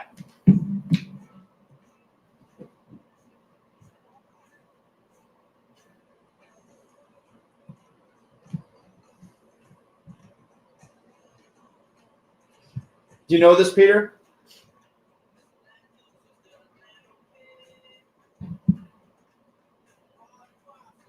Save. You I probably heard it. Yeah. Tell me. This is Iggy and the Stooges, There you go. 1969, recorded in Iggy Pop. 1969. Yeah, Iggy Iggy Pop. Pop. Yep. Yeah. Wow. Cool pick. You know, I just saw him in concert did you? in California. Yeah. Wow.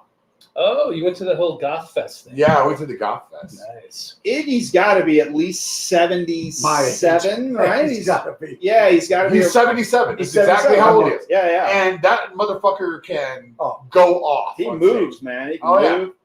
Yeah, he was wild. We Look saw at- Susie and the Banshees too. Yeah, oh, nice. Look at Mick Jagger. That was my first club show I ever saw. Susie Sue. Oh wow. What did they say? They said they were like they had Mick Jagger and Oh. Mitch O'Connell There we are. and Mitch McConnell, and they were like, "Hey, these guys are the Same same age."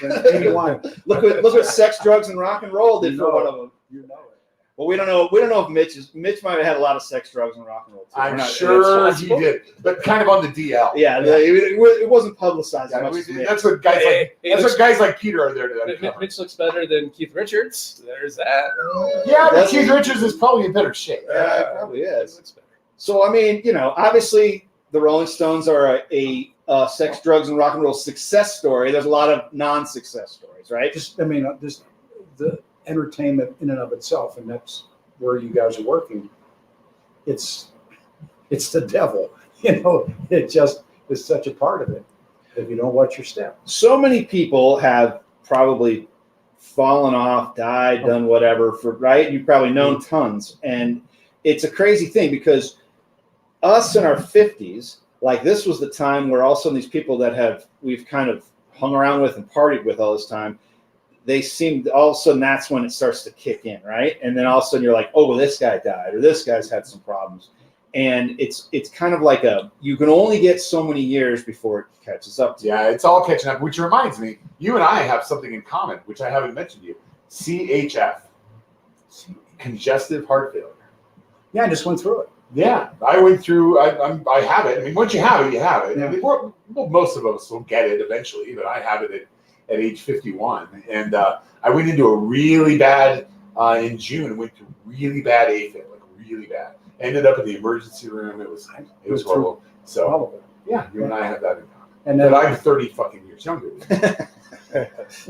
yeah, when I was your age, no, it's part of it. It's it's going to catch up at a certain age, and you can. And you lived pretty hard, right? Yeah, In your 30s and 40s. I got sober 37 years ago. Oh wow! I wasn't aware it'd been Yeah. that long. Wow. So, And why did you go down that road? I just got done having lunch with somebody trying to explain this. It was following Alan Berg's murder, and Alan was the first truly sober person I ever knew.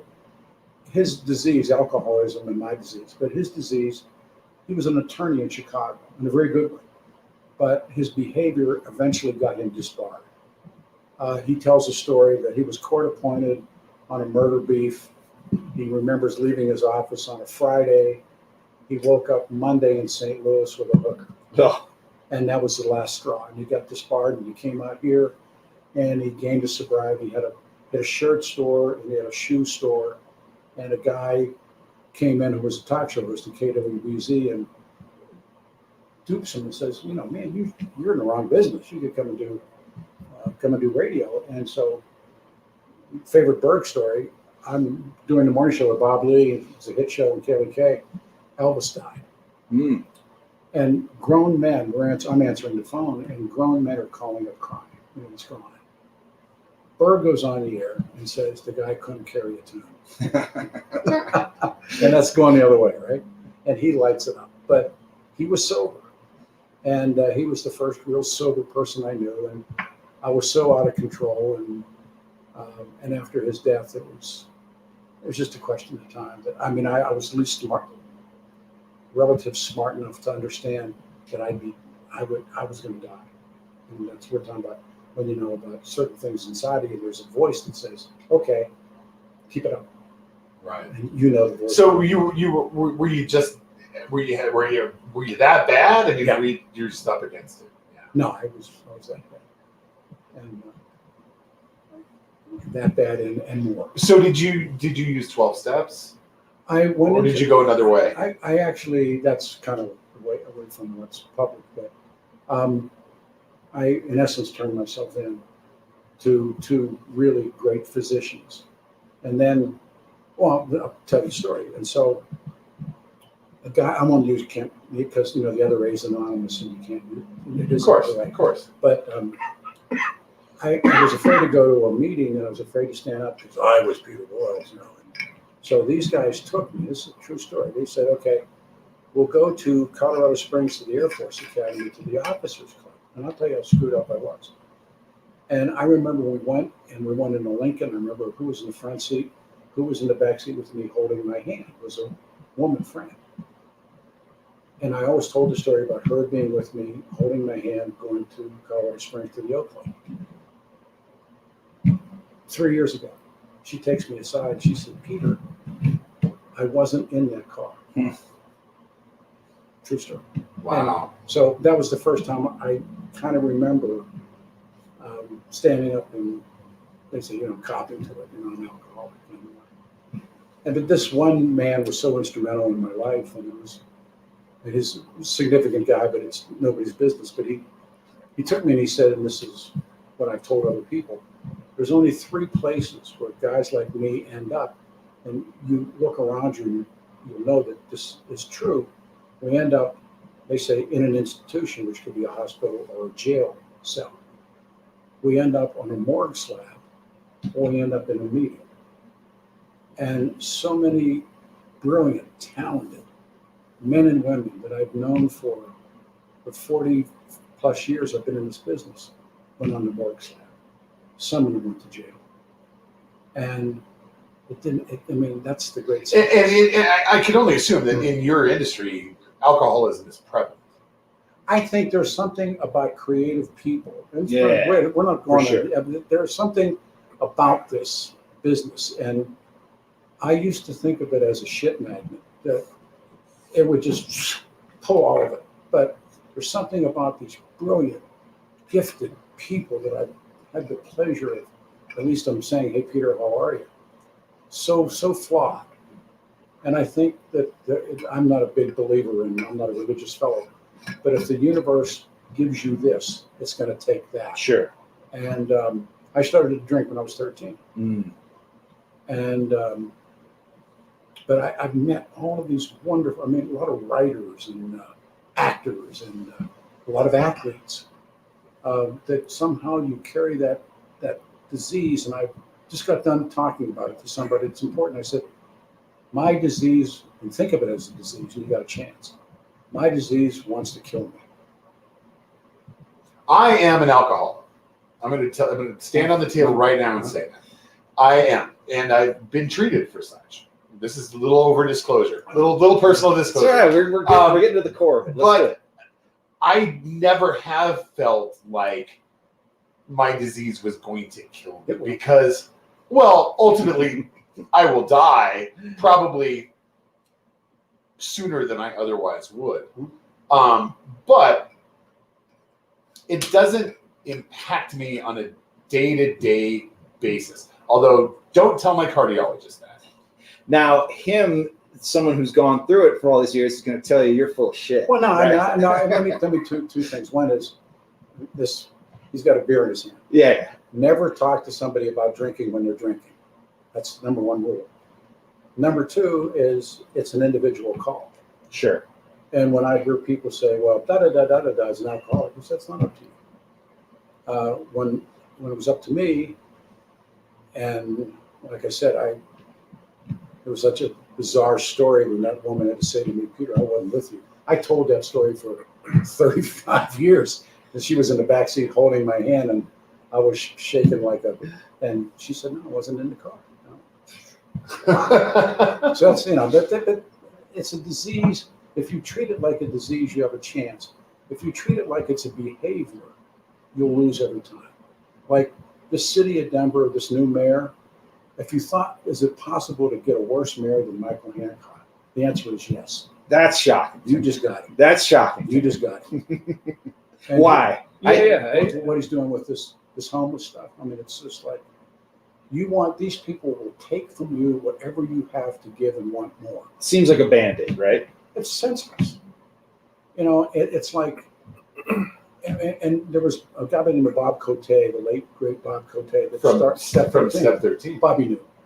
I mean, I was with Bob so many times. I was a board member and still remain emeritus on their board.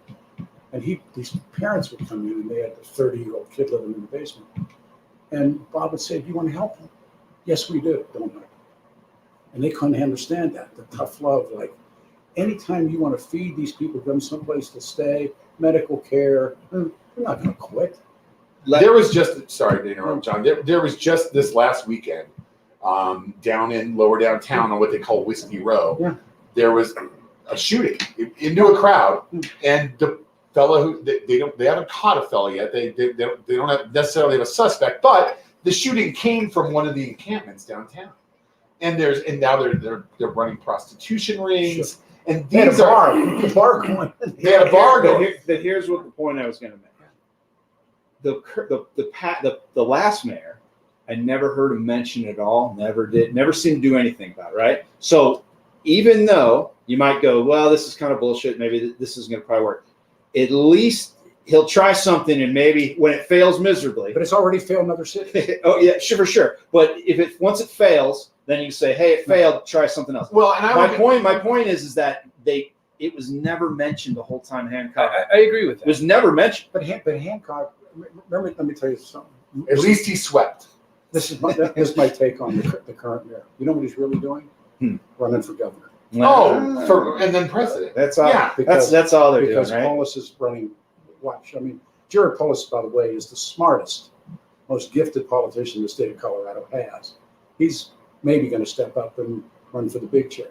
This guy, who is giving away and going to wreck the city even further. It doesn't work. It didn't work in Philly. It doesn't work. Housing first does not work.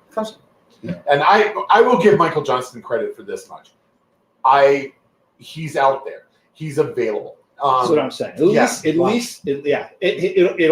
fall on its face, but at least he's saying, let's try this. And I got to meet him and shake his hand and talk to him and express my distaste for what he's doing one-on-one. And that I have to give him credit for. He's done so far, I believe, 12 town hall meetings in various parts of town, mostly at churches. It's fine, but politicians, by their very nature, are total scumbags, right? Is that a fair assessment, or is that unfair? 7 out of 10. Okay, that's a pretty good percentage. Yeah. And granted, there's a few people who you see them and you go, okay, that person seems like they give a shit. They're trying something. Most of them, they're just trying to get the next grift on, right? I hope that you're right, and that he tries this. It doesn't work, and we try something else. Got to keep trying. But Colin and I are going to release something. Colin and I are going to release a treatise soon. We're going to get together. We're going to write, because Colin, both of us see it as a major issue. We might come from it from different viewpoints, but we're going to write something that's going to be the definitive guide on how to cure it. I believe we're going to come together and do that soon, aren't we? I would love that. Okay, good. Remember, because I live this. Yeah, I live this on a daily I basis. don't. You have to see it every day. Yes, the fentanyl crisis, the overdosing, the mental illness, schizophrenia. These things are on my doorstep. I live them every day. Just down the street, the bus stop at the corner of Alameda and Broadway is a lightning rod for drug activity. There's all kinds of dealing going on there, and there's all kinds of pain and human misery and a lack of dignity, and those things are disturbing. And I would love to find some common ground, and I think about it all the fucking time. I have put so much energy, and I don't know what the answers are. Historically, fentanyl, it's coming from China. Sure, via Mexico. We and the British did that to the Chinese. It was called the Opium Wars. The Chinese have very long memories.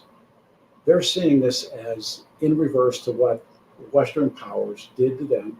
A lot of the great fortunes in this country were built in the opium business and the slave trade. And so we collectively brought opium to China during the time of the last mandarins. So it lives in China until the Maoists come. And I'm by no ways a Maoist, but so Mao comes up with a concept called the Barefoot Doctors and the Red Army. And they go into the little villages and they find the opium smokers. And they say, we'll be back. If you're still smoking opium, when we come back, we're going to kill you. There's not a problem today. And then that's harsh. It was Mao. But now as they're muling fentanyl into this country, it's just to get even. I firmly believe that and what the internet, like the propaganda on the internet, has been outside influences too. And I think that everybody else saw an opening and they said, Sure. Look at these dumbass Americans, let's fuck them up. Look and at the money. Yeah, and it's all come from different ways. And I think it's been a maybe not coordinated, but it's certainly been directed at people in this country. If there weren't customers for that drug, it would stack up. And it doesn't. Yep. It just flows. And perhaps, and my cynical part of me is maybe there just isn't. Maybe there's myself being totally flawed. What was it about me? And I think it was genetic predisposition, cultural predisposition. I can give you 1,000 excuses or readinesses for the disease that I carry within me. But it's real. And when these guys are junkies, I went up and lived in Vancouver on the street for 3 days, Stephen Tubbs, myself, and Mark Crowley. Oh, that's right. Because that's where they have what they want to bring here. You can shoot. It was a vision of hell. I mean, and I'm not a tough guy, but I've been in some bad places. I haven't seen anything like that. And that was like junkies. And this is where the needle exchange is. No, not a needle exchange. You can legally shoot. And there are elected Democrats here at Colfax and Broadway that want to bring that here. This isn't needle exchange. This is you can shoot dope. Harm reduction. I went in one of these places. We finally got in, and I watched it. And there's an alley behind it. And this one guy came up to me, and he's going to be a hard guy. And he said, "You want to go down the alley?" I went, "Sure." He said, "You got a watch on?" He said, "No." He said, "Take those rings off."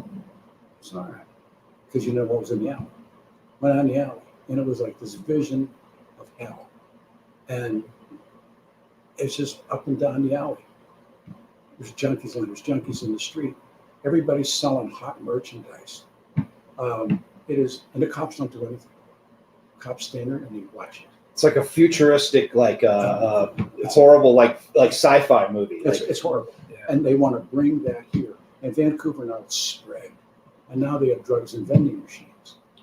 And there's elements here. I mean, even taking light rail by our house. I mean, it's The mugger movement. Whenever I go to light rail, it's like 3 different huddles of people just with coats over their heads and just billows of smoke coming out. And it ain't weed. No, it's not weed. But They're like, I don't know, like why do we have the only public train I've ever seen where you don't have to pay to take it? well, because everybody stayed away from it for that reason. But even like every single one, like Paris, New York, Yeah. Chicago, You gotta even pay. Las Vegas, Yeah, you gotta pay. London, Yeah. you have to pay to Because get into the station. You have RTD's to go through a whole. RTD is a failure. The whole thing is a failure. It's Whether it's the train to the plane or whether it's the buses or whatever it is, it's a failure. Like not having turnstiles to get into it is such an issue. Let's And talk, then no let's one talk takes- about something positive. The Denver Broncos. Oh yeah, Well, Broncos. we got it. We're gonna have to wrap it up soon. I could sit here all fucking night and talk about that, but Dude, what a golden opportunity they had. They had Yeah. the Raiders at home, followed by the Washington Commanders at home. Everybody else in the division has lost games. All they had to do was beat the easiest teams on their schedule, and they are 2-0 and atop of the AFC West. And instead, they're 0-2 and in the basement. Kansas City's lost. San Diego's lost twice now, or LA, the LA Chargers. And the Raiders have one win, and it's against them. I mean, that was there for the taking. And it's just unfucking believable that we're stand here today at 0-2. I cannot fucking believe it. This is a question for Peter. Do the Broncos, even though they're horrible right now, do they still hold that same weight that they've had all the time? Do you Wow. think, or do you think maybe because we've had so many different people here, it's diluted a bit? That's I don't pay much attention. I have my grandson. Really, he should be sitting here talking sports with you guys because Well, yeah, we have him, and he can answer those. But he would probably have a take on it. What I think is interesting is and I know some people at KOA. The attention's really on CU. I mean, that's And the Nuggets. and the Nuggets, but that season has. I like what you said in the open, but if what happens? Better question: what happens if they can't get past Oregon? And does the shine come off? And I mean, they barely beat CSU. They should have destroyed CSU. They were And favored by 23. They were 24. I know this because I put 40 on the cover and 40 on the win. Did you? Oh my God, I almost won so much money. So I almost made about $700. but everybody, But I broke even. yeah, Couldn't say. but even like if you take the blowtorch KOA, Yeah. it has the Rockies, it has the CU Buffs, and it has the Broncos. Who do you think their comer is right now? Yeah, see CU. for sure. Sure. Until they lose in Oregon. We'll see. Well, but you don't. But the point of it is that gave them life. Yeah. Because I think, what do I know? But the ratings weren't great, and as we've all talked about, ratings equals revenue. Right. Revenue equals ratings, and if you don't have the numbers, nobody's going to buy. And I know that there was a season back a few years ago that you don't become a sponsor. You're really kind of an underwriter of broadcast. There were major sponsors in the Front Range that wanted to win it back because your Denver Broncos were not. And they consider, you get the monthlies, you get the weeklies, you get the overnights. Nielsen gets the overnights. They can see there's nobody there, but you told me, well, back to the wall. They know. When the owners fly in for the next game, they're going to be told that, and they're going to be like, "What?" They fly in the morning and they leave that afternoon. You know what's crazy? Russell Wilson is such a huge disappointment, or so we think. But he's in the top 5 in quarterback rating. All right, that's it. Like his yardage is good, touchdowns are good. I cannot believe the the defense. line- It's Yeah, a the line's huge pretty bad, huge mess. I guess what I'm getting at is that they're always like the cultural cornerstone, Mhm. the sports cultural cornerstone of Denver, Colorado in general. And I don't think they'll ever not be, because there's a lot of people like I didn't go to CU. I don't really care about CU. There's a lot of people like that, but everybody likes the Broncos. But the problem is, I think as they continue to suck, that support's going to erode. And as people have like kids, then normally they go, "Oh, I want my kid to be a Bronco fan." They might be like, maybe you go root for somebody else." Maybe that erodes, like right? the Nuggets, for example. Exactly. Well, like the Rockies, there's a bunch of people who like maybe they have a spouse who's a transplant. And they're like, "Yeah, I want you to root for the Cubs. The Rockies suck," and then they're never going to get that fan base to come up like the who Broncos. really has a Green Bay Packers? Yes. Yeah. I mean, Sure. And I'm not just talking about fandom. I'm not talking about sports, but there are 3 or 4 generations of people that have lived in Colorado that are Packers fans. Oh, yeah. It's like, I mean, the city owns the team. It's actually it's a cool story they have. I grew up in Chicago, so I hate the Packers. But we watched the CSU game in Pueblo. We were in Pueblo this weekend, and Pueblo. I'm sorry. Puebla, as some of the locals call it. Thank you, appreciate that. But people who did not go to college, they are huge CU fans, and we were like the lone CSU people in there, and giving it to us, and they certainly did not go to CSU. No, what do they call them? They call them, Nebraska is famous, I've read this. They call them artificial alumni. Yeah, Because there's nothing else. you got to pick a team, right? Well, but If in you didn't go to Lincoln, college. there's no big pro sports Right. teams, and so it was Go Big Red. Right. And so these Big in Nebraska. Big. GVR, baby. Oh, yeah. farmers that never took a 101 English class, and they're huge Nebraska fans because it's what you said. Yeah, and we were really respectful through the whole thing when we all thought CSU was going to win, and then all of a sudden they tied it up and they were like giving it to us, and then my wife was like, "Well, we actually went to CSU." Don't and then, tell them that. and then what did they say? All right, college boy. Silence. After that. Real quick, and then we got to wrap it up. We'll get Peter out of here. He's got another podcast to do. He's a big podcaster now. That's right. I broke my cherry. That's right. That's awesome. We're happy to help. Somebody had said that CU is now Black America's college team, and I was like, "That's cool." And I was like, "Have they ever been to Boulder? For Boulder. Have they been to Boulder? Because I get it with Dion and his family and Dude, everybody." Little Wayne was here. And Yeah, Kawhi it's Leonard, awesome. Roxy, and Yeah, Rock, and And, Kyle Lowry. and if Black America wants to get me on a college team, I'm all for it. Just Wow. know that Boulder, it might not be that amenable to you if you showed up there. Well, Little Wayne loves the weed, I think. So So before we get out of here, Yeah.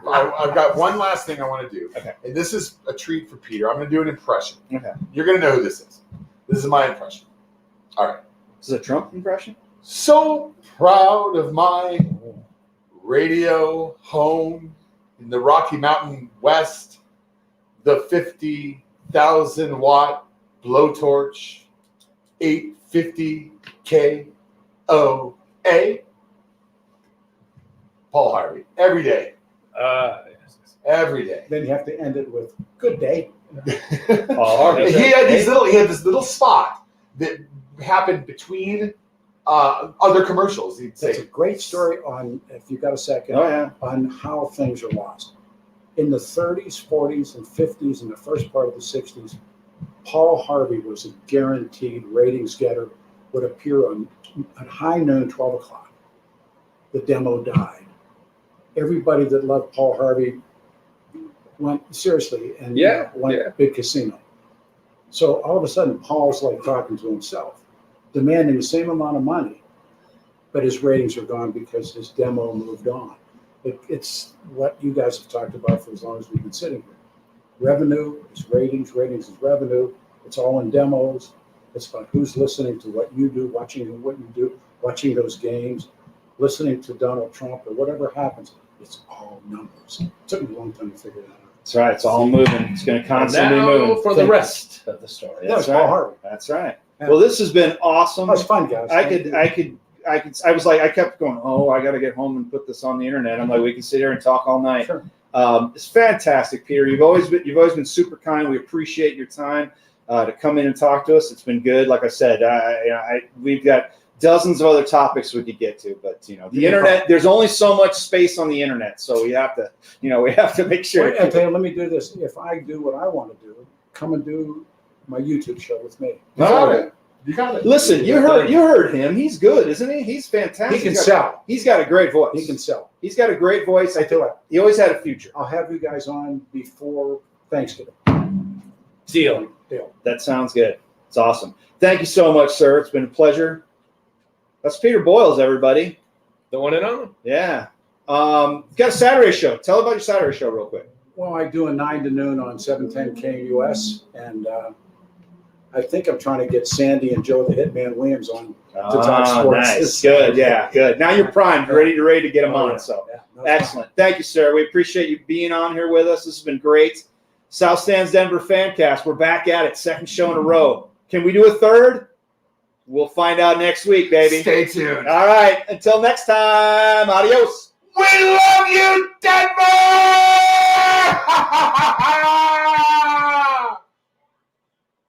Sports. That was fun.